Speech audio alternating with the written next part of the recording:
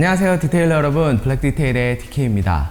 한 달에 한 번 제가 여러분들과 만나서 두런두런 이야기를 하면서 제 차를 세차를 하는 워시앤토크 시간이 돌아왔습니다.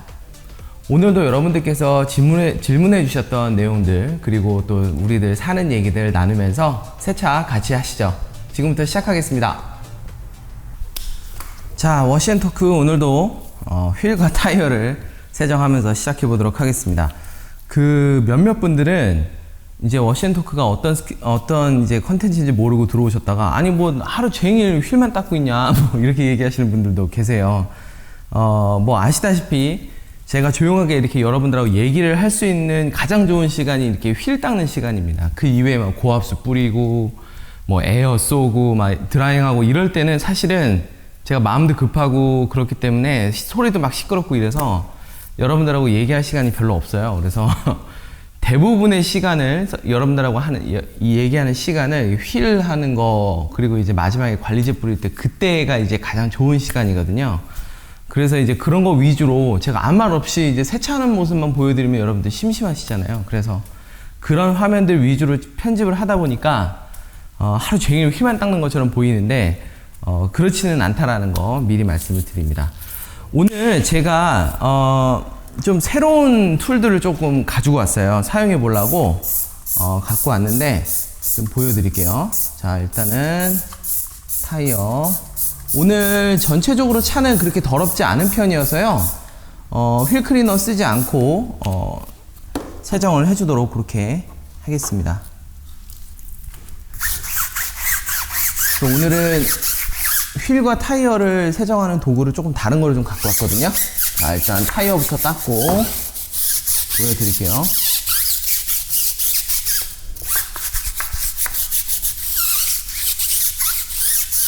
네, 타이어에도 거의 오염이 안 나오네요.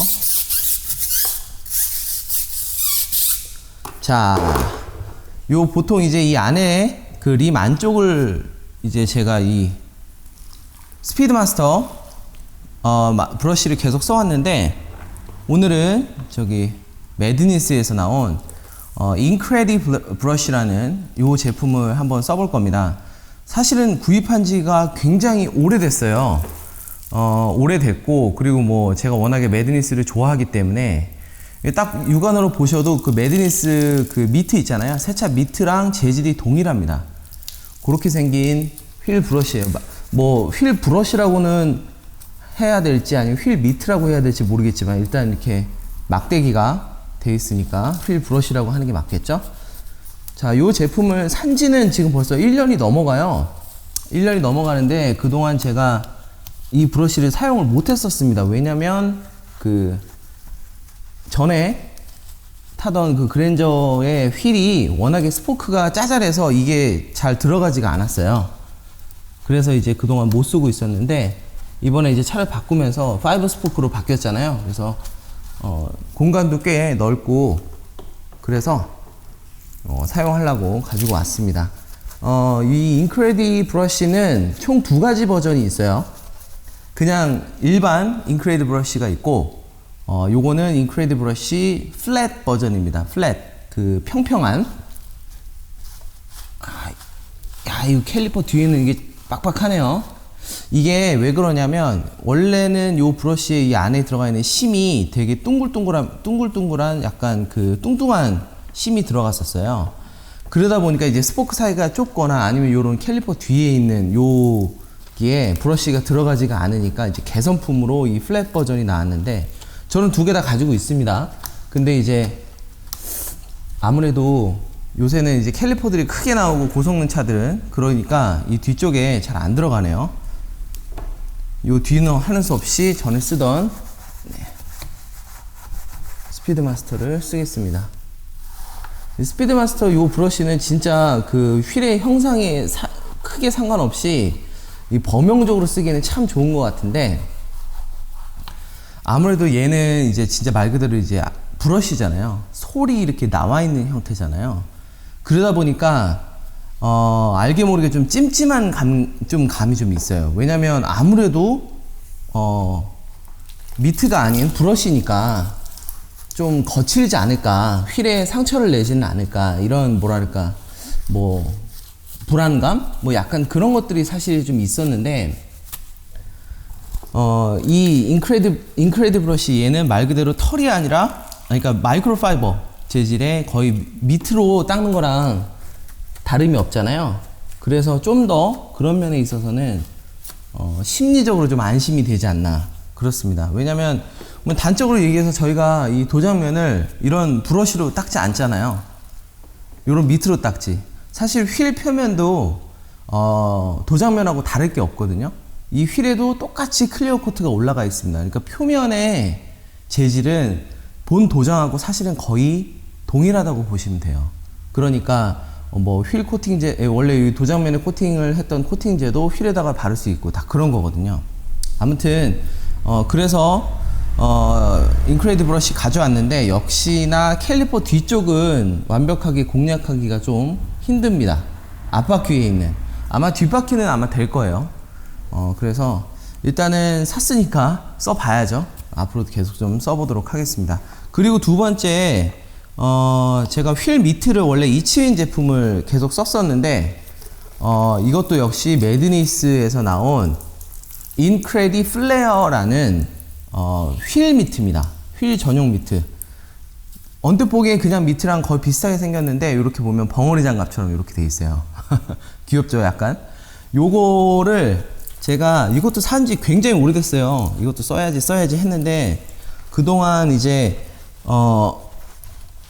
전에 쓰던 이제 이치윈 그 휠미트가 있어가지고 좀 타이밍을 놓쳤다 그럴까요? 그동안 좀 못 썼는데, 제가 아직 방송에 나오진 않았지만 지난주에 원포인트 레슨 촬영을 했거든요. 근데 거기에 이제 벤츠 S클래스 차주님께서 요 미트를 쓰시더라고요. 근데 와, 이게 제가 이게 써보니까 확실히 좋더라고요. 이게 왜냐면 이게 벗겨지지가 않아요. 이게 완벽하게 손 안에 들어가기 때문에 이게 벗겨지지가 않습니다. 이 치윈 그거는 손가락에만 들어가서 굉장히 잘 벗겨지잖아요. 근데 얘는 벗겨지지가 않아서 그게 참 마음에 들더라고요. 그래서 생각해보니까 맞다, 나도 샀지. 나 여태까지 안 쓰고 있었네. 그래가지고 오늘은 가지고 나왔습니다. 이게 벙어리 장갑이다 보니까 양손에 다 낄 수 있습니다. 요렇게도 낄 수 있고 요렇게도 낄 수 있어요. 이거 양손에 다 껴서 쓸 수 있습니다. 참고하시면 되겠고요. 근데 역시나 좋네요. 벗겨지지 않으니까 일단 굉장히 쓰기 편합니다. 좋아요. 역시 매드니스라는 생각이 딱 절로 들죠. 자, 무슨 얘기부터 해볼까요?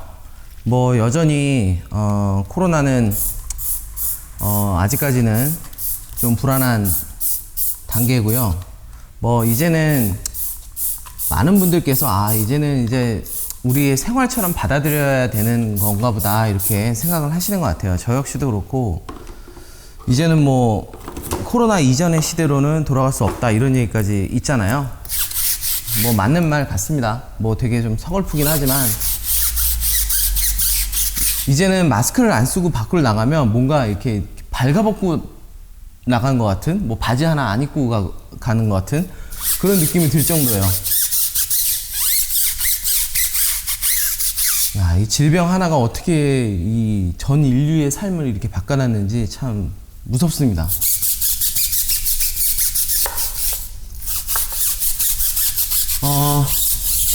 날이 굉장히 많이 더워졌죠? 지금 어제만 해도 지금 낮 최고 기온이 34도? 뭐 이렇게까지 올라갔어요. 진짜 이제 뭐 여름이죠, 여름. 여름이라고 해도 과언이 아니에요. 벌써 그렇게 더운 날씨가 돼버렸습니다.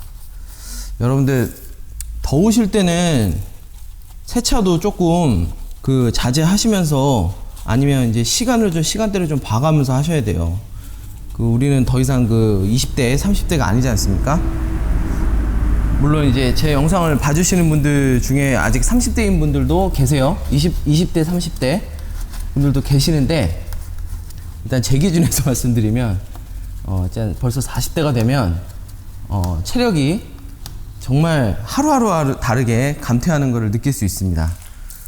여러분들, 특히 여름철에 몸보신 잘 하시고, 그리고 세차할 때 너무 무리하셔가지고, 막 저기, 세차하다가 일사병 걸려가지고 막 한참 멍하니 앉아있고 막 이런 일이 벌어지지 않도록, 불상사가 일어나지 않도록 각별히 주의하시기 바랍니다.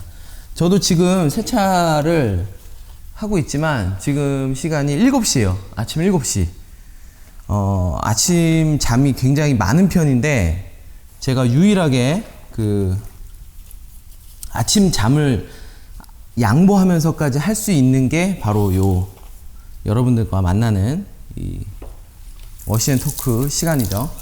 평소 같으면 자고 있을 시간이죠. 당연히 자고 있을 시간인데 요 시간 아니면 제가 마음 편하게 세차하면서 여러분들을 촬영할 수 있는 시간이 없으니까 잠을 줄여서라도 나와서 촬영을 하고 있습니다. 아무튼 날이 굉장히 더워지면서 디테일링적으로도 여러분들 또 이제 주의하셔야 될 것들이 많이 생겼죠. 이제 가장 먼저 아까 제가 더위에 의한 이제 체력 소모 말씀드렸고, 이제 워터 스팟이 두려워지는 시기가 왔습니다, 여러분들. 물이 증발하는 시간이 굉장히 빨라지는 그런 시기죠. 그러다 보니까 자칫 잘못하면 요 시기에 워터 스팟이 엄청나게 많이 생길 수가 있어요.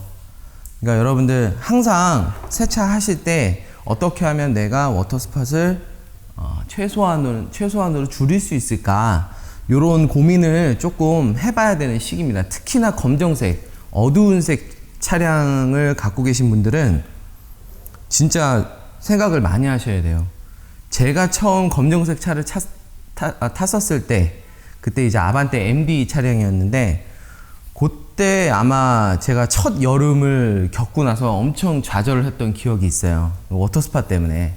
그러니까 많은 시행착오를 겪으시면서 어떻게 하면 내가 최대한 물의 증발을 줄이면서 워터스팟을 예방할 수 있을까, 그런 생각도 좀 해보시면 좋을 것 같습니다. 자, 이제 본격적으로 이제 여러분들하고 좀 얘기를 해볼게요. 제가 지난번 워시앤토크 시간 때, 다음번 워시앤토크 시간에는 제가 디테일링의 권태기, 세상에 어떻게 이렇게 좋은 디테일링의 권태기를 느낄 수가 있어, 이렇게 생각하시는 분들도 계실 수 있지만, 그 디테일링의 권태기를 슬기롭게 이제 대처하는 방법에 대해서 좀 얘기를 좀 해보고 싶은데요. 디테일링에 이제 막 재미를 붙이신 분들도 계실 거고, 이미 디테일링을 많이 오랫동안 하셔서 이미 권태기에 지쳐 계신 분들도 아마 계실 겁니다. 흔히 말하는 이제 고인물들이죠. 이거는 지금 이미 디테일링을 오래 하고 계신 분들보다는 이제 앞으로 이제 막 디테일링이 재밌어지고 이제 입문하신 지 얼마 안 되신 분들한테 조금 더 유용할 수 있는 정보인데요. 디테일링에도 권태기가 있습니다. 하루만 못 봐도 죽을 것 같던 여자친구가 1, 2년 지나면 얘는 어디 놀러 안 가나, 친구들하고 어디 놀러 안 가나, 이런 생각 하게 되죠. 저만 쓰레기입니까? 이런 디테일링도 사실은 권태기가 옵니다. 저도 사실은 비슷한 게 온 적이 있었어요. 그래서 그때 제가 이제 했던 것들, 저도 그때 많은 시행착오를 겪었는데, 그나마 제가 슬기롭게 좀 남들보다 슬기롭게 잘 넘길 수 있었던 이유가 뭐였을까, 이렇게 생각을 해본 적이 있어요. 그 얘기를 좀 해드릴게요. 일단은 제일 첫 번째, 제일 중요한 거, 디테일링에 권태기가 생기지 않으려면 뭘 해야 되느냐? 밀당을 잘 하셔야 됩니다, 여러분들. 밀당. 제가 이제 아까 남녀관계랑 비교를 했는데 똑같아요, 디테일링도. 아니, 디테일링은 여자가 아닌데, 생물체가 아닌데 어떻게 밀당을 합니까? 여러분들 이제 막 입문을 하셔가지고 막 재미가 있으신 이제 분들은 어떤 생각을 하냐면, 하루 종일 이제 디테일링 생각만 하세요. 어떤 왁스를 써볼까? 아, 이거는 뭘 써야 되지? 내가 뭐 필요한 거 더 없나? 이런 거 더 없나? 이런 거 안 닦아도 되나? 이건 어떻게 닦아야 되지? 이제 막 온갖 이제 생각들이 이제 머릿속에 꽉 차 계실 거예요. 정상입니다. 지극히 정상이고요. 대한민국 남자라 함은, 남자라면, 대한민국 남자도 아니에요. 거의 대부분의 전 세계의 남자들은 장비병이 있기 때문에 이제 딱 바로 이제 뭔가 꽂혔다 이러면 이제 막 뭐부터 이제 막 사기 시작합니다. 이것도 있어야 될 것 같고 저것도 있어야 될 것 같고. 근데 제가 아까 밀당을 잘해야 된다라는 얘기를 해드렸는데, 다른 말로 하면 완급 조절을 하셔야 돼요. 여러분들 초반부터 너무 많이 달리시면 안 됩니다. 질려요. 여러분들 다들 경험 한 번씩 있으실 거예요. 정말 그 불같은 사랑을 하셨던 분들이라면 다들 그런 생각 하실 텐데, 초반에 엄청 이렇게 자주 만나고 막 활활 타올랐던 분일수록 나중에는 되게 싸늘하게 식는 그런 경험 안 해보셨나요? 이거 나만 쓰레기 되는 것 같은 약간 분위기인데. 사실은 디테일링도 그러해요. 이게 굉장히 말은 쉬운데 어려운 걸 알면서도 제가 말씀을 드리는 겁니다. 이게 막 재밌고 막 한참 빠져들려고 하면 막 계속 하고 싶어요. 막 3시간이고 4시간이고 다음날 막 다리가 아파가지고 막 일어나지도 못하고 이런 상황이 돼도 그래도 하고 싶은 게 초반에 그건데, 그 시기를요, 여러분들 좀 더 편안하게, 좀 더 느긋하게 버티실 수 있으면 훨씬 더 디테일링을 오래 즐기실 수 있을 겁니다. 왜냐하면 열정이 불타오르는 거에 문제가 있는 게 아니에요. 열정이 불타오르는 건 정말 좋은 건데, 이제 초반에 그렇게 활활 불타올랐던 그 열정이 너무 빨리 식어버리는 게 문제인 겁니다. 이게 나는 열정이 그렇게 확 타올라도 나는 오래오래 유지할 수 있어요. 뭐 그러신 분들은 논외겠지만 저의 경우는 그랬어요. 초반에 너무 재밌고 막 이러니까 뭐 없나 새로운 정보들에 대해서 계속 찾고, 그러다 보니까 계속 사고 싶고. 근데 어느 순간 딱 떠오른 게, 이게 내가 이 제품이나 이 필요성에 대해서 제대로 느끼지 못하고 산 물건들은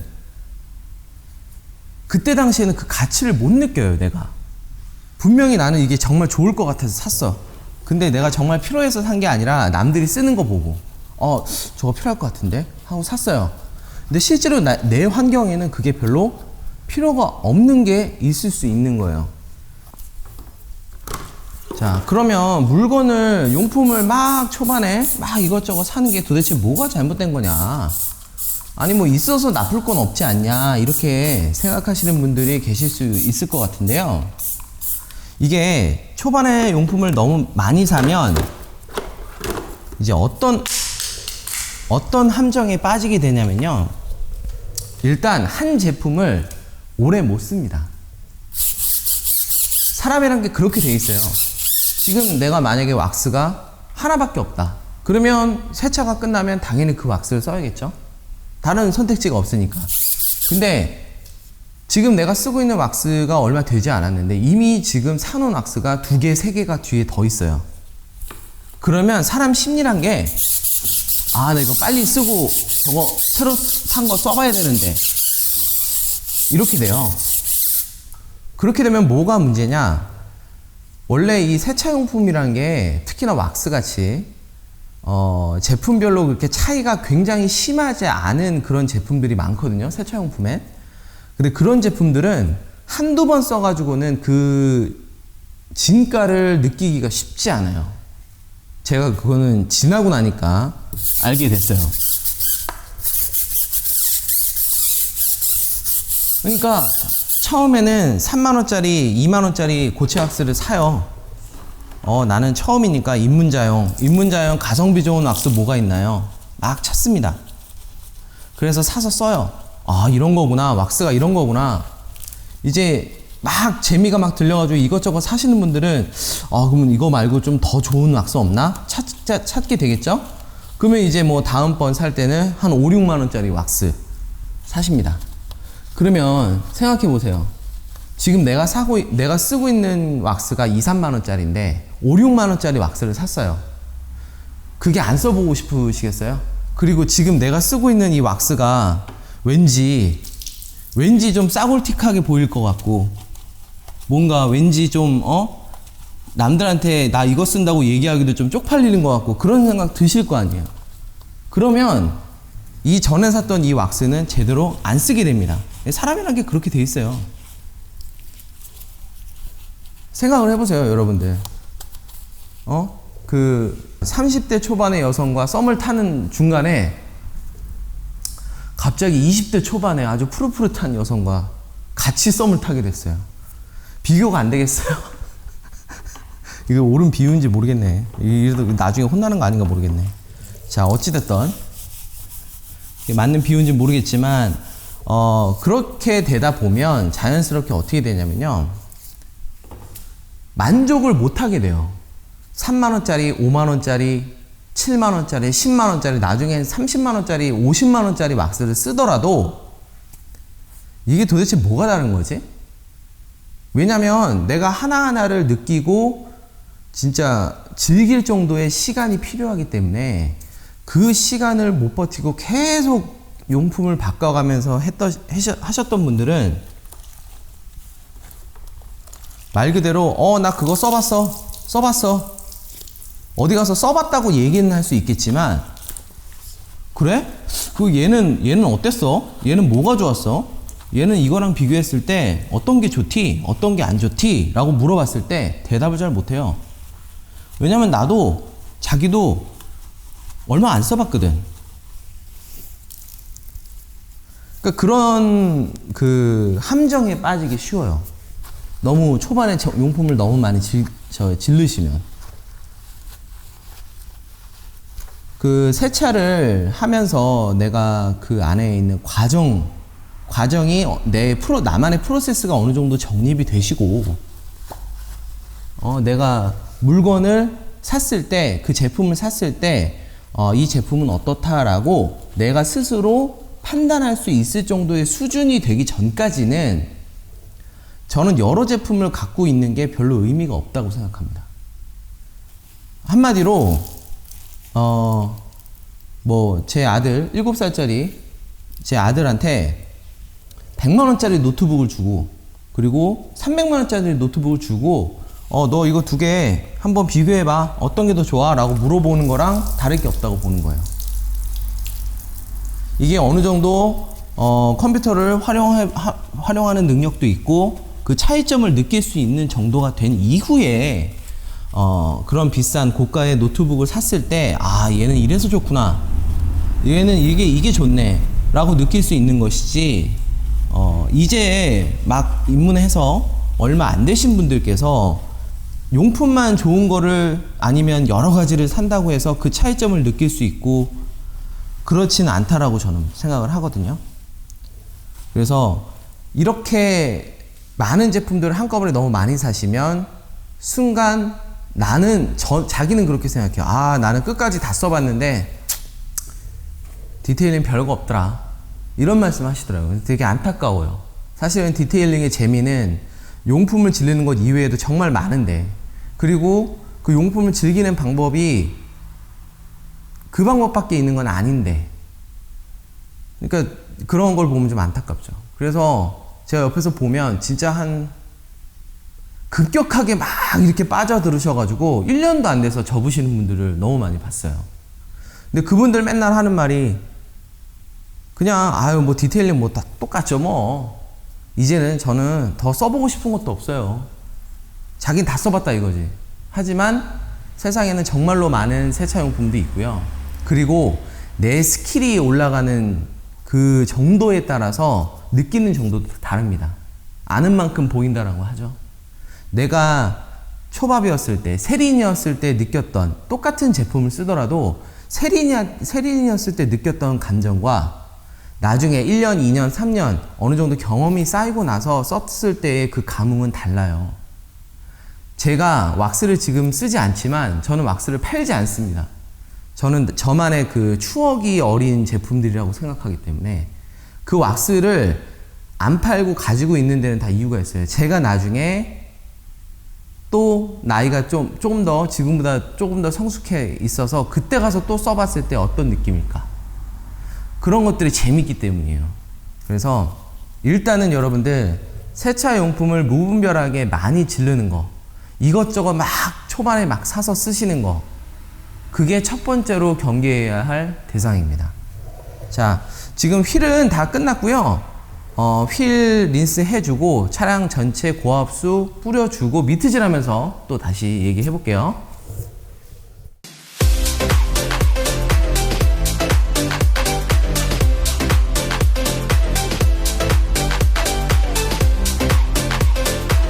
자, 고압수 다 쏴줬고요. 미트질 하면서 이야기를 이어가도록 하겠습니다. 자, 디테일링의 권태기를 슬기롭게 대처하는 방법, 제가 첫 번째로 밀당을 잘해라 라고 말씀을 드렸고요. 자, 두 번째로는 뭐가 중요하냐면, 제가 뭐 예전에도 많이 강조드렸던 내용입니다만, 만약에 내가 용품을 사야 한다면, 만약에 필요하면 사야겠죠. 정말로 필요하다면 사야겠죠. 사야 한다면 내가 고민해서 사자입니다. 고민해서, 내가 주체적으로. 인터넷이나 제 채널에도 되게 많으세요. 뭐 할 때 뭐 써야 되나요? 뭐 미트 뭐 써야 되나요? 왁스 뭐 써야 되나요? 그러니까 저는 그분들이 질문하시는 이유도 이해가 되고, 그렇게 될 수밖에 없겠구나라는 거를 이해도 하지만, 이게 디테일링의 재미를 느껴야 여러분들이 권태기를 안 느끼실 거잖아요. 재미가 없으니까 사실은 권태기가 생기는 거란 말이에요. 이게 너무 결과에만 포커스를 두면 쉽게 질릴 수밖에 없습니다.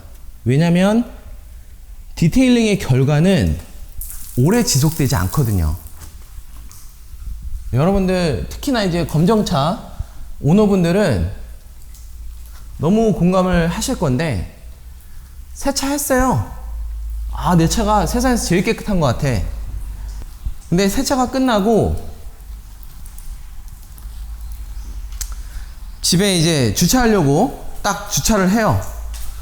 그리고 나서 딱 돌아서면 벌써 먼지가 소복하게 쌓여 있습니다. 진짜 결과가 1시간도 지속이 안 돼요. 디테일링은. 그래서 세차 해놓고 내 차가 깨끗한 그 광이 나는 거, 물론 그것도 디테일링의 재미 중에 하나지만, 그거에만 너무 중점이 맞춰져 있으면 오래 못 간다라는 거죠. 왜냐면 그 결과 자체가 오래 못 가니까. 나중에 금방 더러워지면 어떻게 할 거예요? 아유, 세차 괜히 했네. 사실 그렇게 된다니까요. 근데 왜 제가 디테일링과 세차를 구분하는 결정적인 요소가 뭐냐면, 과정을 즐긴다면 그거는 디테일링이다 라고 말씀을 드린 적이 있는데, 사실 그거랑 이제 일맥상통하는 얘기예요. 그러니까 디테일링을 하시는 분은 내 차가 더러우니까 세차를 하시는 분들이 아니에요. 이 얘기가 무슨 뜻이냐면, 그렇게 더럽지 않아도 세차를 한다는 얘기입니다. 왜? 더럽지 않은데 왜 세차를 해야 돼? 세차를 하는 게 아니라 난 디테일링을 하는 거야. 디테일링이 뭔데? 취미죠, 취미. 내가 그 행위를 함으로써 즐거워지는 거. 그렇기 때문에 비가 오는 날에도 세차를 할 수 있는 거예요. 디테일링을 하시는 분들은. 왜냐면 내가 결과만을 원한다면, 깨끗한 차만을 원한다면 비 오는 날에 세차가 안 되겠죠? 왜냐면 금방 다시 더러워질 텐데. 그런 것처럼 이 과정에서 오는 재미를 느끼실 수 있어야 디테일링은 오래 하실 수 있습니다. 근데 이 과정을 즐긴다라는 게 이게 말이 쉽죠. 이게 사실 되게 어려워요. 저도 사실은 진정으로 과정을 즐기기 시작한 지는 그렇게 오래되지 않았어요. 아, 미트질하는 거 힘들어. 어우, 힘들어. 빨리 끝내고 왁스 발라야지. 이런 생각으로 많이 했던 것 같아요, 초반에는. 아, 내가 이거를 해야지 왁스 바를 수 있으니까 내가 꾹 참고 한다. 사실 그런 마음이 있었다면 지금은 안 그래요. 지금은 내가 오늘 샴푸를 요만큼 넣고 이 샴푸를 이렇게 썼는데 도장면에 슬립감이 요 정도가 나오는구나.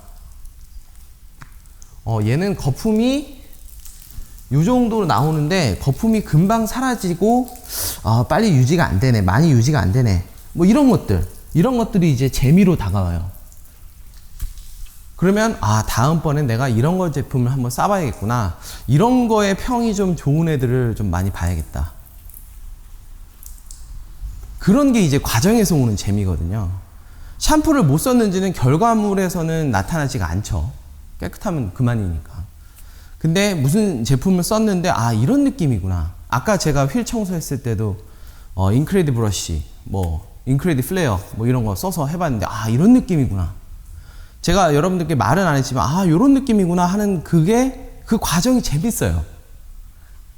그러면 그런 재미를 느끼려면, 더 많이 느끼려면 그 제품을 고르는 것부터 내가 인볼브가 돼야 됩니다. 그럼에도 불구하고 대부분의 분들은 다 그 선택, 그 재미있는 거를 남들한테 양보하시죠.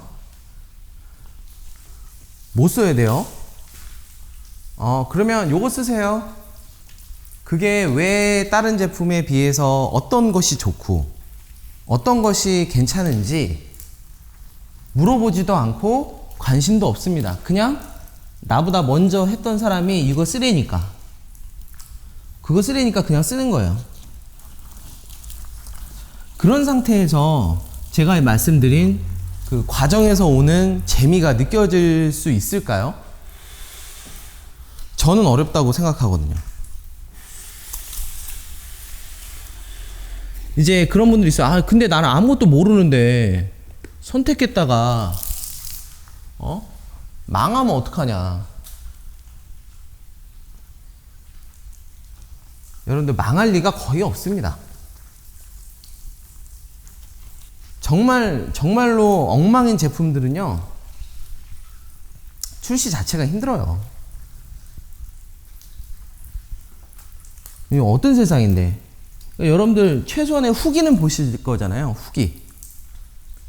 근데 후기에서 이거 완전 개판이에요. 이런 제품을 사지는 않으실 거잖아요. 그런 것들이에요. 이게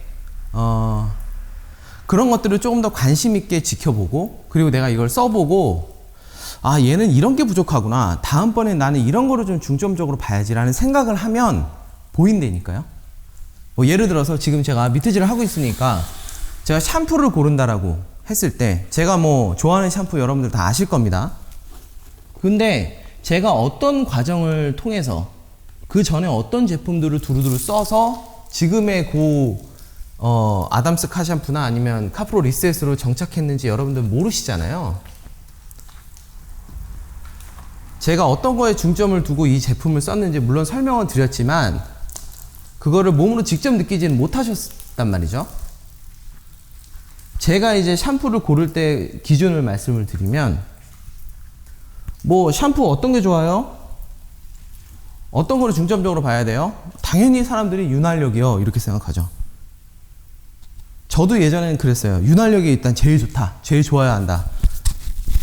어떻게 보면 당연한 말입니다. 왜냐면 이제 미트질을 해야 되니까 윤활력이 떨어지면 안 좋죠. 근데 여러분들 한 번만 더 생각해 보세요. 그러면 윤활력이 안 좋은 샴푸를 과연 출시를 할까? 그게 이렇게 느껴질 정도로, 아, 이거 딱 썼는데, 이거는 윤활력이, 별론데? 라고 느끼는 제품을 과연 어떤 바보 같은 회사가 출시를 할까? 이런 생각 안 드세요?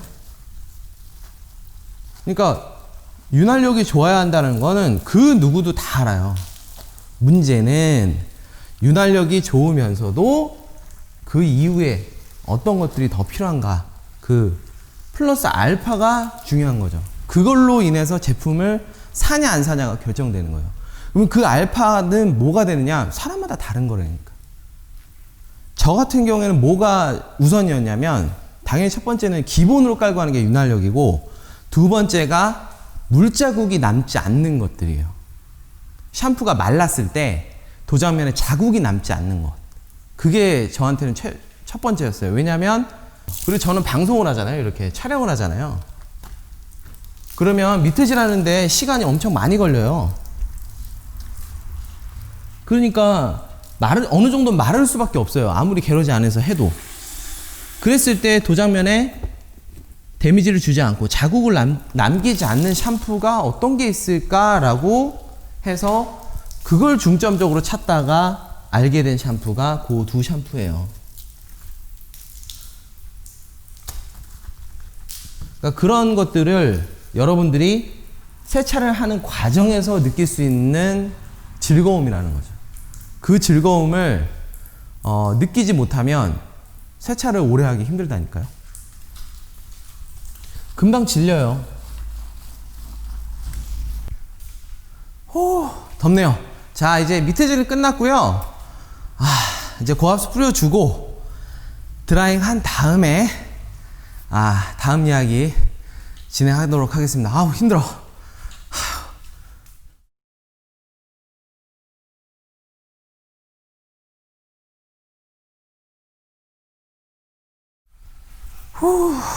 덥네요. 이제 해가 뜨기 시작하니까 훅 덥습니다. 여기 세차장이 다 좋은데, 이게 냉난방이 조금 부실해요. 특히 냉방이. 에어컨이 있는데 별로 시원치 않은 것 같아서, 그리고 뭐 선풍기가 하나 있긴 한데, 키면은 계속 윙 소리가 나가지고, 오디오가 같이 물리는 바람에 사용을 할 수가 없습니다. 그게 조금 아쉽네요. 자, 어디까지 얘기를 했었죠? 예. 그래서 그 디테일링의 권태기, 그 밖에도 다른 짜잘한 방법이 있지만, 그 두 가지가 제일 큰 것 같아요. 밀당을 잘하는 거와, 그리고 내가 주체가 돼서 내 스스로 하는 그게 태도가 좀 돼야 된다라는 게 제일 중요한 골자인 것 같아요. 그래서 만약에 여러분들이 나 이게 권태기가 온 거 아닌가? 혹은 나는 디테일링을 정말 오래오래 권태기 없이 오래오래 즐기고 싶다 라는 생각이 있으시다면 한 번쯤 생각해 보시면 좋을 것 같아요. 정말 많이 봤어요. 제 주위에서. 제가 이제 디테일링을 입문한 게 2013년도였으니까 지금 거의 횟수로 7년째 지금 디테일링을 하고 있잖아요. 얼마나 많은 분들이 많은 인연이 스쳐 지나갔겠습니까? 그 안에는 이제 안 봐서 속 시원하다 이런 분들도 있지만 참 아쉽다, 이분하고는 계속 같이 좀 했으면 좋았을 걸, 이런 안타까운 인연들도 있어서 옆에서 제가 지켜봤을 때 좀 안타까웠던 적이 많아요. 그래서 여러분들은 기왕 디테일링이라는 아주 좋은 그 취미를 오래오래 잘 유지하셔가지고 이 즐거움을 오래오래 느끼자고요. 우리 좋은 분들, 나랑 뜻이 맞는, 나랑 그 목표하는 바가 비슷한 그런 분들하고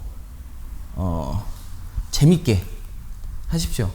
이게 결국엔 다 재밌자고 하는 거잖아요. 저도 지금 이거 재밌자고 하는 거니까. 재미가 우선입니다, 여러분들. 재미가. 내가 재미없으면 아무것도 소용없는 거예요.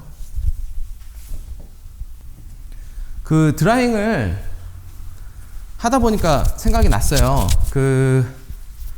뭐 제가 거진 뭐 한두 달 전쯤에, 한두 달인가요? 한 두세 달 됐나요? 벌써?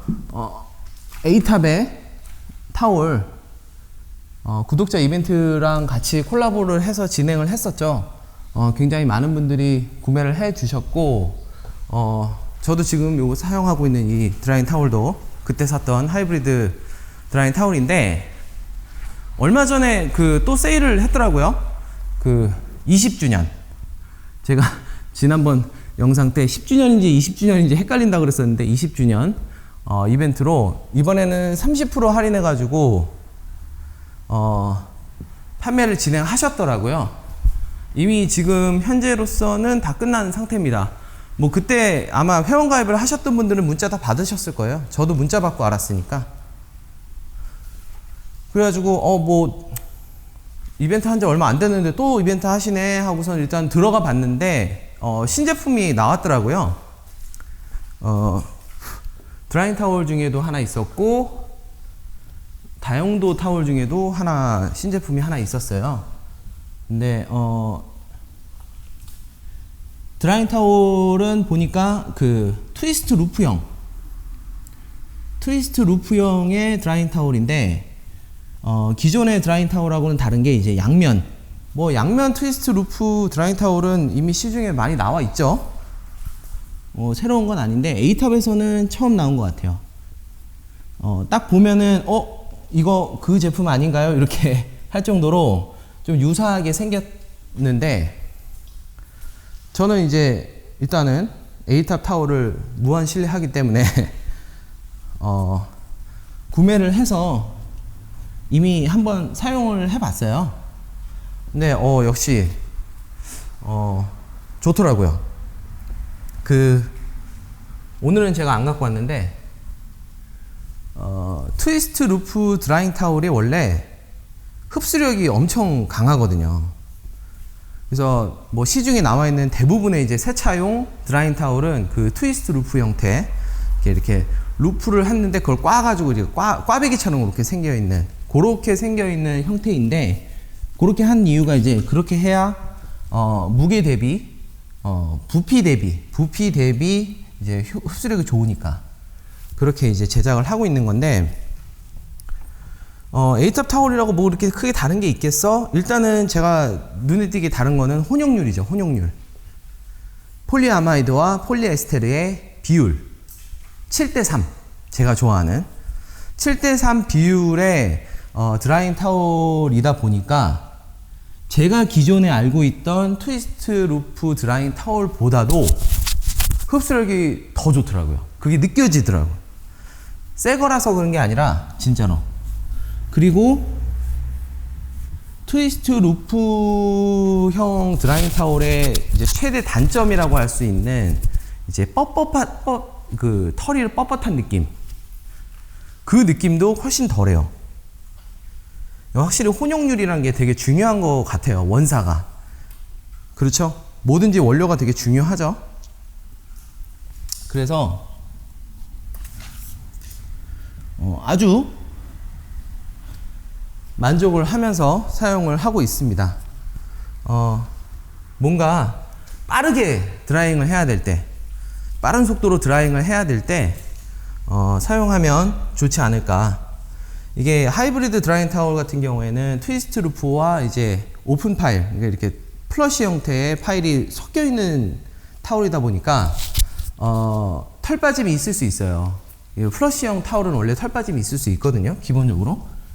그거는 이제 그 타월이 생긴 형상에 따른 특징인데, 대신에 이제 부드러운 강점이 있죠. 근데 이제 그 털 빠짐에 굉장히 민감하신 분들도 계실 수 있고, 그리고 이제 타월을 이렇게 관리하는 거에 좀 미숙하신 분들은 그 털 빠짐이 좀 심하게 느껴질 수 있습니다. 그래서 그런 분들은 난 털 빠짐이 너무 스트레스였다 하시는 분들은 그레이블 드라잉 타올이었던 것 같아요. 이름이 제가 정확하게 기억이 안 나는데, 제가 영상 밑에 제가 자막으로 제품명은 언급을 드릴게요. 그 제품 사용해 보시면 털 빠짐 걱정은 안 하셔도 되지 않을까 그렇게 생각은 합니다. 근데 또 여러분들 유념하셔야 될 게 뭐냐면 혼용률이 7:3, 그러니까 좀 더 부드러운 혼용률, 고급 혼용률을 쓰다 보니 상대적으로 내구성은 조금 떨어질 수 있어요. 여러분들께서 평소에 8:2 비율의 드라잉 타올을 많이 써보셨던 분들은 내구성이 조금 약하구나 그런 걸 이제 어디서 느낄 수 있냐면 올이 루프 올이 좀 잘 풀어지더라고요. 근데 올이 풀어진다고 해서 뭐 드라잉 타올을 못 쓰는 게 아니니까 미관상 조금 보기 안 좋다라는 거는 있지만 그걸 못 쓰는 건 아니니까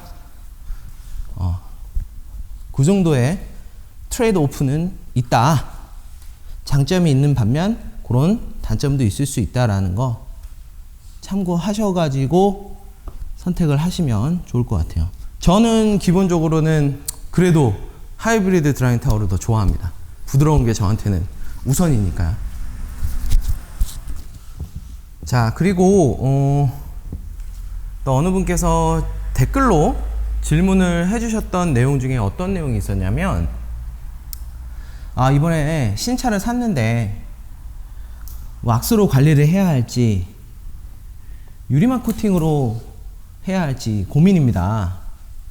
어떻게 결정을 하는 게 좋을까요? 이렇게 물어보신 질문이 있었어요. 제가 그거에 대해서 제 생각을 좀 말씀을 드리고자 하는데요. 이거에 대해 답변을 드리기 전에 확실히 해야 될 건 뭐냐면 제가 말씀드리는 대답의 전제는 제대로 된 시공자가 제대로 된 시공을 했을 때를 얘기를 합니다. 제대로 된 제품으로. 그러니까 예를 들어서 여러분들이 차 살 때 딜러가 서비스로 해주는 유리막 코팅제 아니면 제가 가격으로 얘기할 수는 없겠지만 그래도 진짜 누가 봐도 이건 저렴하다 라고 생각하는 진짜 예를 들어서 10만원, 20만원 정도로 시공이 되는 유리막 코팅제 30만원 미만의 것들 그런 것들은 제외하고 말씀을 드립니다. 왜냐면 우리가 유리막 코팅이라는 말을 사실은 거의 마케팅적인 요소로 활용을 해요. 하다못해 그냥 일반 물왁스인데도 이산화규소 SiO2가 0.00001%만 함유가 돼도 유리막 코팅 이러면서 판매를 합니다. 그러면 그런 제품을 바른 게 과연 나는 유리막 코팅했다 라고 얘기할 수 있느냐 사람마다 기준은 다르겠지만 제가 오늘 말씀드리는 기준 제 기준에서는 저는 그건 유리막 코팅이라고 생각하지 않습니다. 제가 말씀드리는 건 정말로 누가 봐도 이름 있는 회사 제가 메이저급 3개사 말씀드렸죠. 카프로, 기온, G테크닉 그 3개사 이런 대표적인 회사에 이 작은 유리병에 든 뿌리고 닦는 형태가 아니라 작은 유리병에 있어서 이렇게 어플리케이터에 딱 적당량 덜은 다음에 이렇게 해주는 그런 전통적인 유리막 코팅 방식으로 제대로 시공된 유리막 코팅을 전제로 말씀을 드린다는 점 꼭 유념하셔야 되고요. 사실 이거는 제가 별도의 영상으로 하나 제작을 하려고 마음을 먹고 있었어요. 그러니까 왁스, 실런트, 유리막 코팅제 도대체 이 중에서 난 뭘 골라야 돼? 이런 거에 대해서 이제 궁금해 하시는 분들이 더러 계셔가지고 제가 아는 선에서 가이드라인을 좀 만들어 보면 어떨까라는 생각을 하고 있어서 아직 근데 그 전체적인 스토리라인을 만들지 못해서 아직 영상으로 찍지는 않았는데요. 오늘 간략하게 이제 먼저 말씀을 드리면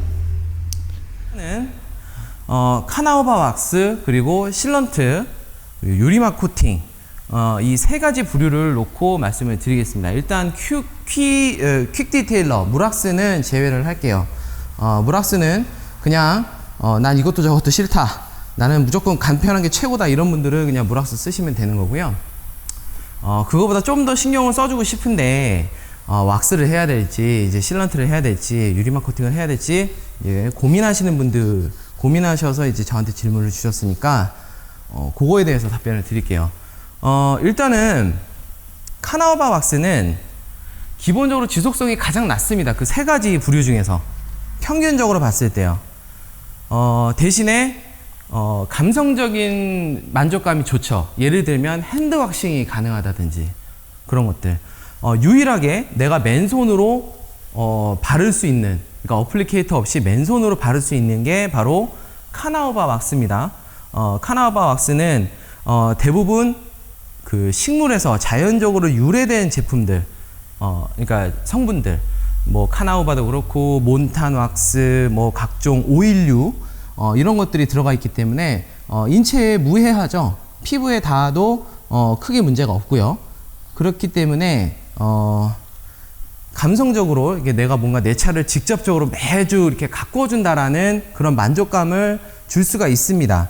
그래서 어떤 분들한테 추천을 드리냐면, 일단 차량 운행이 많지 않으시거나 아니면 주차 환경이, 나는 항상 지하 주차장, 직장에서도 그렇고 집에서도 그렇고 대부분 지하 주차장에 주차를 한다. 그래서 특별한 뭐 이렇게 보호 성분이나 이런 거는 크게, 지속성이나 이런 건 크게 바라지 않는다. 그런 분들. 그리고 매번 세차를 할 때마다 3시간 정도의 시간을 할애할 수 있는 시간과 이제 체력이 되시는 분들한테 추천을 드릴 수 있을 것 같아요.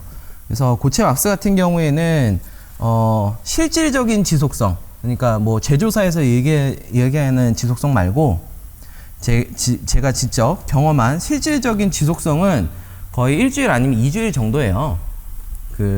안 바르고 버틸 수 있는 게 실질적인 지속성이. 그래서 거의 뭐 일주일 혹은 2주일마다 한 번씩 세차를 할 때마다 이제 발라줘야 되는데,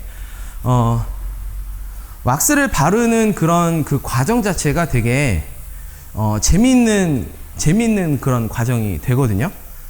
저도 한때는 이제 카나우바 왁스에 미쳤었기 때문에 그 재미를 아는데, 아무튼 그런 재미를 느껴보고 싶고, 나는 아까 말씀드렸던 그런 조건에 맞는 분들은 카나우바 왁스를 선택을 하시면 될 것 같습니다. 실런트는 어떤 분들이 선택을 하면 좋냐면, 나는 내 차는 상시 24시간 외부 주차를 한다. 외부 주차를 하고, 그리고 나는 차량에 별로 신경을 써줄 여유가 없다. 나는 진짜 한 달에 혹은 2달에 한 번씩 세차하는 게 겨우고, 나는 매번 그렇게 시간을 많이 할애해서 세차를 해줄 수도 없다. 그럴 만한 체력도 안 되고 난 너무 귀찮다. 그러시는 분들은 실런트를 사용하시면 좋습니다. 왜냐면 실런트는 카나우바 왁스보다 일단 지속성이 깁니다. 아까 제가 카나우바 왁스 같은 경우에 실질적인 지속성이 일주일에서 2주일 정도 사이라고 말씀드렸잖아요. 실런트 같은 경우에는 아주 좋은 제품은 한 달까지도 갑니다. 실질적인 지속성이요. 세차도 하고 뭐 이러면서. 그렇기 때문에 일단 기본적으로 신경이 좀 덜 쓰이고요. 그리고 실런트 같은 경우에는 외부적인 요소, 그러니까 날씨나 뭐 습도 뭐 이런 것들의 영향을 거의 받지 않아요. 실런트는 이제 합성으로 인간이 이제 화학적으로 만든 화합물이기 때문에 그런 것들을 염두를 하고 만들었다는 거죠. 그렇기 때문에 뭐 바르고 나서 햇볕에 내놓는다고 해서 이렇게 뿌옇게 헤이즈가 뜬다든가, 아니면 더운 여름이나 눈이 오는 날에 지속성이 갑자기 급감한다든가, 그런 변수가 적습니다. 상대적으로. 그렇다 보니까 야외에다가 주차를 오래 하시되 자주 신경을 못 쓰시는 분들한테 좀 추천드릴 수 있는 그런 LSP, Last Step Product라고 하죠. 라고 말씀드릴 수 있을 것 같고요. 그래서 뭔가 감성적인 영역보다는 나는 실리적인 베네핏을 원한다. 라고 하면 카나우바 왁스보다는 실런트 쪽이 좀 더 낫지 않을까 생각이 들고요. 그리고 이제 마지막 하나 남은 게 이제 유리막 코팅제죠. 유리막 코팅제는 어떤 분들한테 추천을 드리냐면 일단 나는 세차는 그래도 2주일에 한 번 정도는 할 수 있다. 근데 나는 매번 세차할 때마다 왁스 바르고 이런 게 너무 싫어. 힘들어. 나는 세차는 자주 하지만 그래도 내 차를 내가 직접 관리는 하지만 나는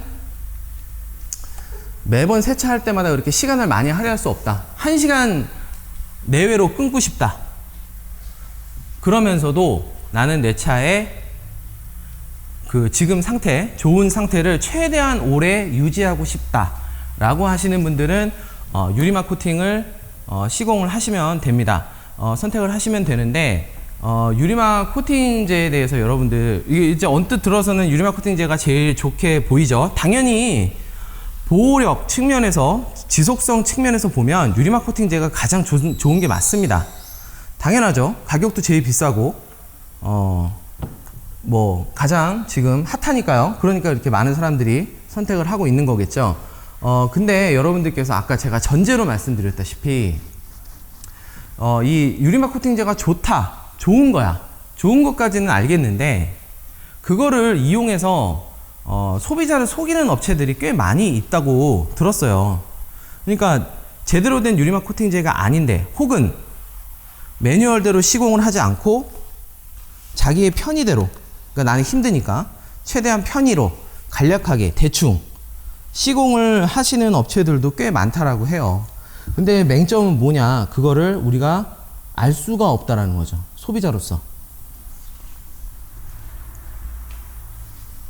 그렇잖아요. 내가 거기서 죽치고 앉아가지고 보거나 아니면 CCTV 열어달라 그래갖고 내가 24시간 거기서 뭘로 작업하나 옆에서 감시를 하지 않는 이상엔 정말로 이 사람이 유리막 코팅제로 시공을 했는지, 아니면 그냥 발수력 좋은 물왁스만 찍찍 뿌려서 시공했습니다 라고 얘기를 하는 건지, 사실 전문가가, 그러니까 잘 알지 못하시는 분들한테는 알 수 있는 방법이 사실상 없습니다. 그러니까 사실 그분들이, 그런 일부 나쁜 분들이 속이는 거예요. 왜냐면 걸릴 일이 거의 없으니까.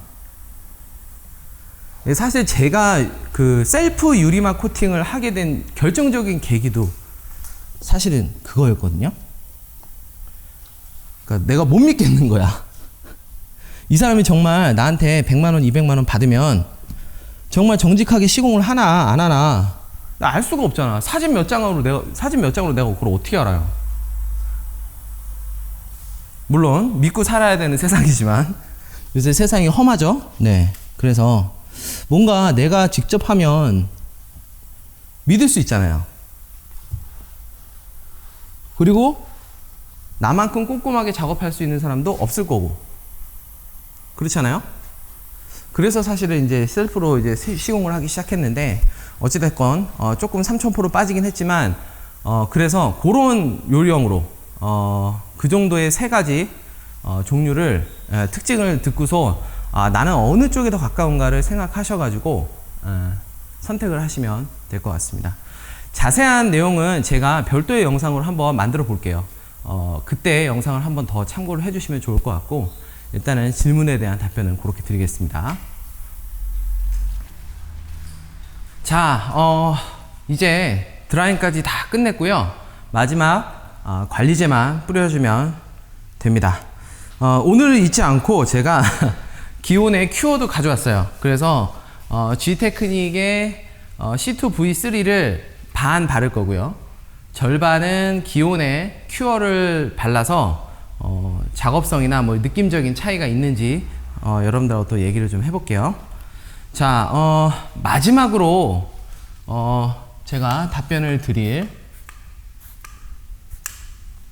그 질문이 뭐가 있냐면, 도장면의 경도를 어떻게 알 수 있을까요? 라는 그런 질문이었습니다. 제가 폴리싱을 할 때 내 차에 그 작업하는 차량의 도장의 경도에 따라서 조합이나 이런 것들을 달리 가져가야 된다. 이런 말씀을 드린 적이 있는데, 그 영상에 이제 질문으로 올려주신 그런 내용이에요.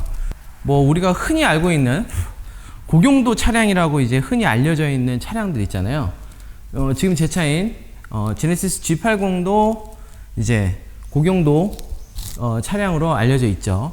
그리고 뭐 흔히들 얘기하는 이제 독일 3사 벤츠, BMW, 아우디 도장 같은 경우에는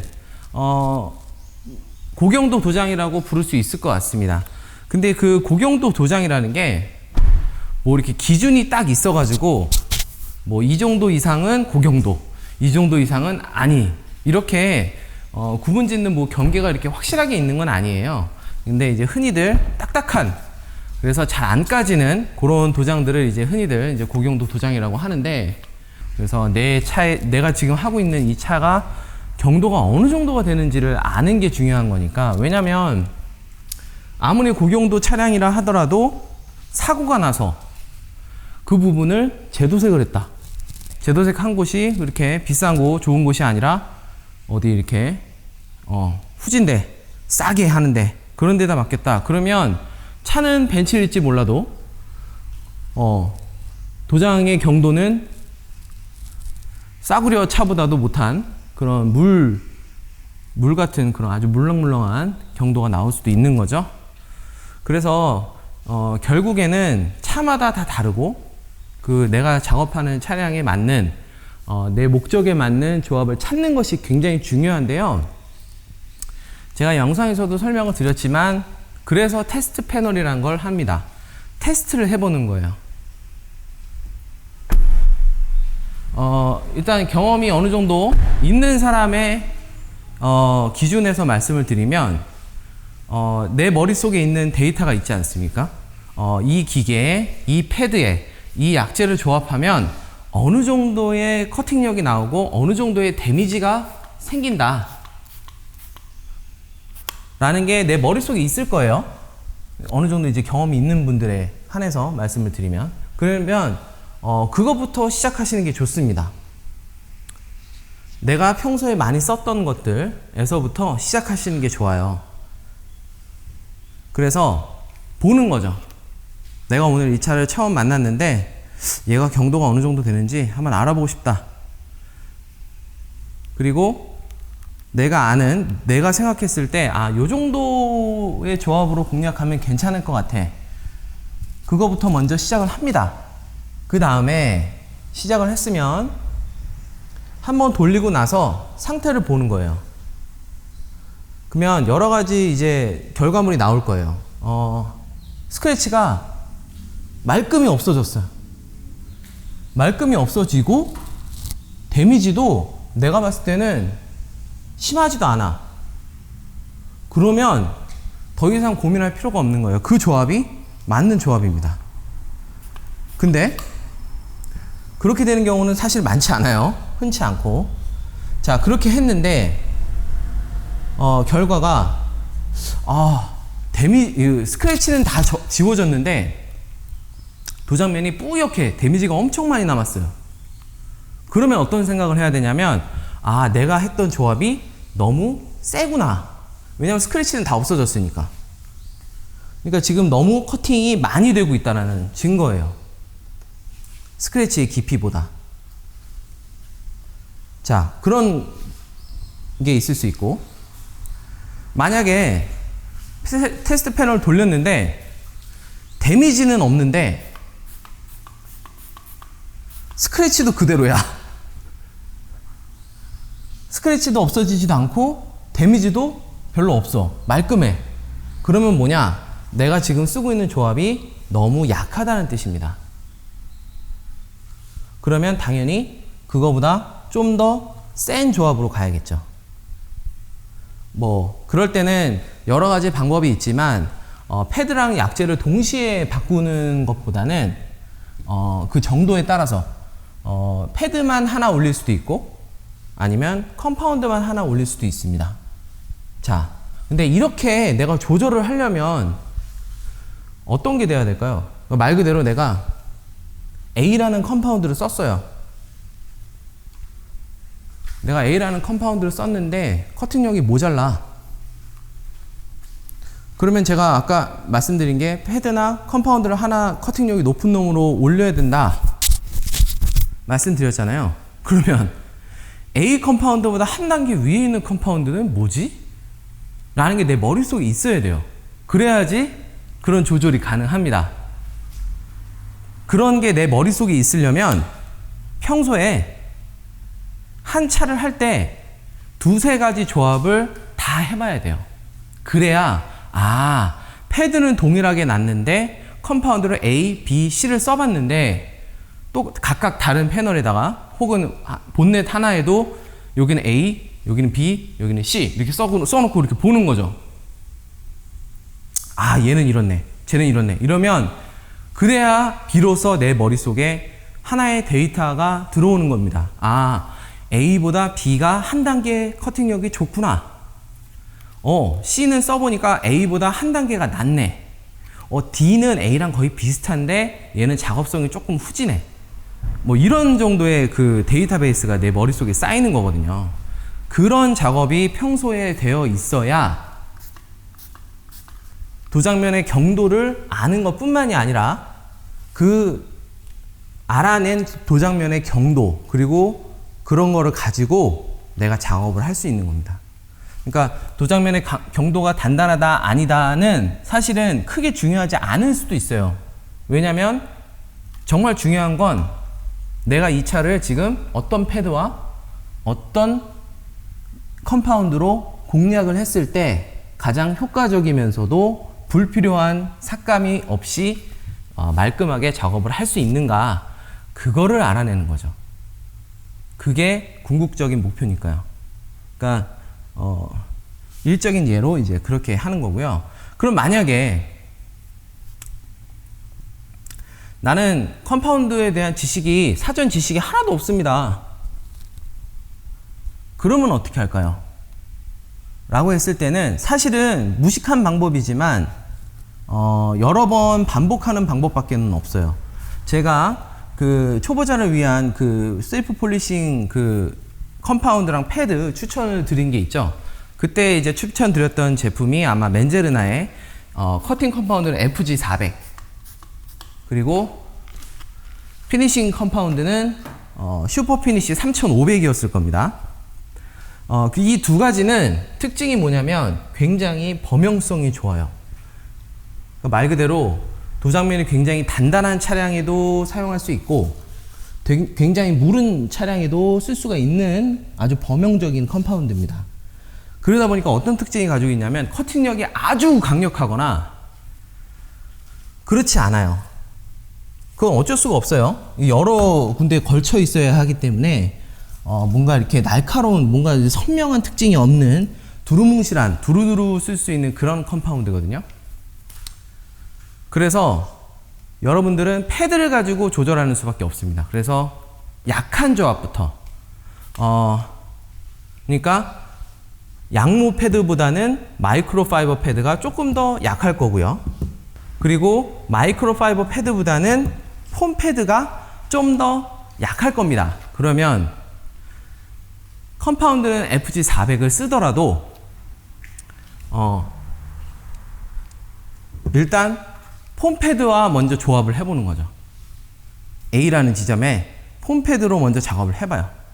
해보고 보는 거죠. 봤는데 아마 데미지는 많이 없을 거예요. FG400에 폼 패드를 연결하면 데미지는 거의 없을 겁니다. 근데 스크래치가 확실하게 없어지는지 안 없어지는지, 한 번 했는데 안 없어졌어요. 한 번 더 해보세요. 두 번째 했는데도 안 없어져. 세 번, 네 번 했는데도 안 없어진다. 그러면 이건 너무 약한 거예요. 왜냐면 차 전체를 세 번, 네 번씩 돌릴 수는 없거든. 그건 비효율적이니까. 근데 마이크로파이버 패드, 그거보다 한 단계 올려줘요. 마이크로파이버 패드로 하니까 한 두 번 만에 끝났어요. 근데 옆에는 양모로 했는데 양모는 한 번에 끝날 수도 있고 얘도 애매모호하게 두 번에 끝날 수도 있어요. 그러면 어떻게 해야 될까? 그럴 때는 마이크로파이버 패드로 두 번 작업하면 되는 겁니다. 왜냐면 양모 패드가 마이크로파이버 패드보다 조금 더 커팅이 많이 된다는 사실은 내가 어느 정도 알고 있는 팩트니까 만약에 스크래치의 깊이가 8이라고 한다면 8이라는 깊이가 있어요. 근데 양모는 6만큼 잘라낸단 말이에요. 6만큼 깎아낸다. 근데 결국에는 나는 이 8이라는 깊이만큼 깎아내지 않으면 스크래치를 제거할 수 없잖아요. 근데 내가 6이라는 걸로 한번 깎았어요. 그럼 스크래치는 사실상 2라는 것만 남았는데 거기다 6을 한번 더 깎는 거야. 그러면은 나는 8만 깎아도 되는 도장면에 12를 깎게 되는 거죠. 그러면은 내가 손을 더 많이 깎는 게 되는 거예요. 근데 만약에 뭐 이렇게 수치화할 수는 없지만 마이크로파이버 패드는 5의 커팅력을 갖는다고 쳤을 때 5회 그러면은 8이라는 스크래치를 5로 두 번 쳤으니까 10이라는 커팅을 하는 거죠. 그러면 물론 한 2만큼은 오버 커팅을 했지만 딱 스크래치의 깊이만큼 딱 그 정교하게 잘라내기는 힘들거든요. 그러니까 그런 경우라면 마이크로파이버 패드를 선택하는 게 맞다. 그래서 제가 낮은 조합부터 올라가세요 라고 말씀드리는 이유는 뭐냐면 처음부터 양모 패드를 센 걸로 확 쳐서 없애버리면 내가 5라는 스크래치를 잡기 위해서 10을 깎아서 없앴는지 15를 깎아서 없앴는지 알 수 있는 방법이 없어요. 그렇잖아요. 한 번에 없어졌는데 오 게이득? 이러고 끝이 아니라 내가 이 차를 오래 유지할 만약에 오너의 입장이라면 최소한의 연마로 최대한의 결과물을 얻는 게 목표라면 그렇다면 내가 약한 조합부터 테스트를 해봐서 내가 이 스크래치를 제거할 수 있는 최고로 약한 조합이 뭔가를 생각을 해야 된다는 거죠. 자, 요 나머지 반쪽은 제가 기온의 큐어를 사용을 해보겠습니다. 그래서 아까 했던 얘기를 잠깐 더 말씀을 드리자면 결국에는 폴리싱은 스크래치를 누가 다 많이 없애느냐가 실력이 된다기보다는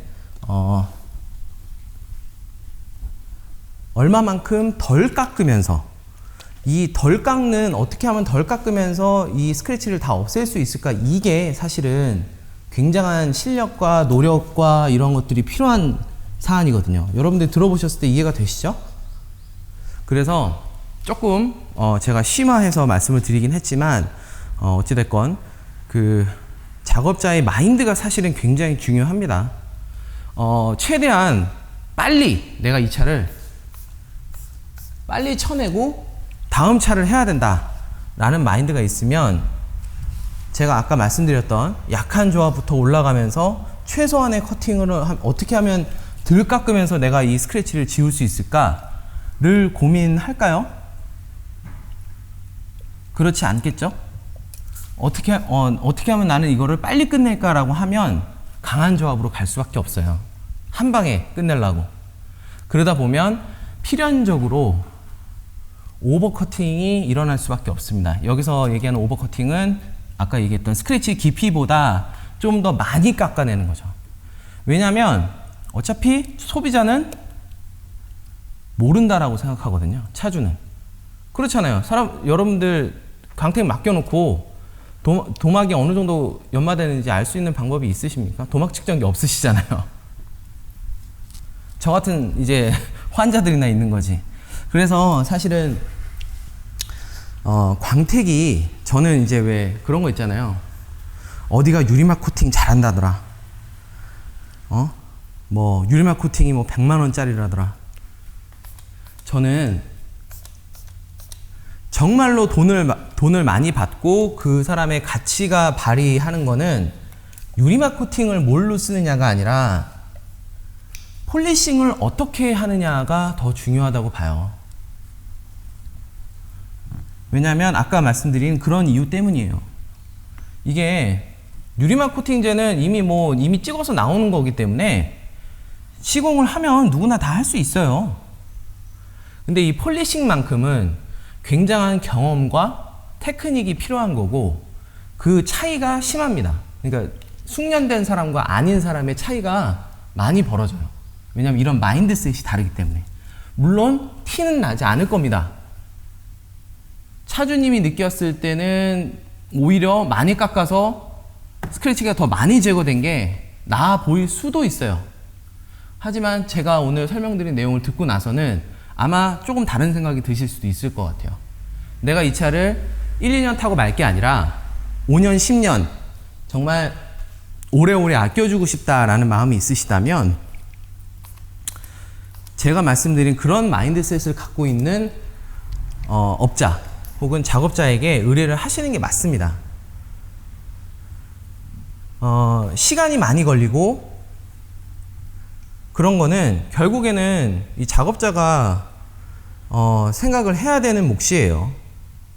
물론 만약에 업자라면 그에 응당한 대가를 받아야겠죠. 당연히. 누구는 6시간 만에 광택을 끝내는데 나는 하루 왼종일 해도 끝나지 않는다라면 당연히 후자의 디테일러가 돈을 더 많이 받을 겁니다. 더 많이 청구를 하겠죠. 근데 여러분들은 어떻게 생각하세요, 보통? 왜 이렇게 비싸? 여기 가면 30만 원을 해준다는데 왜 여기는 70만 원이래?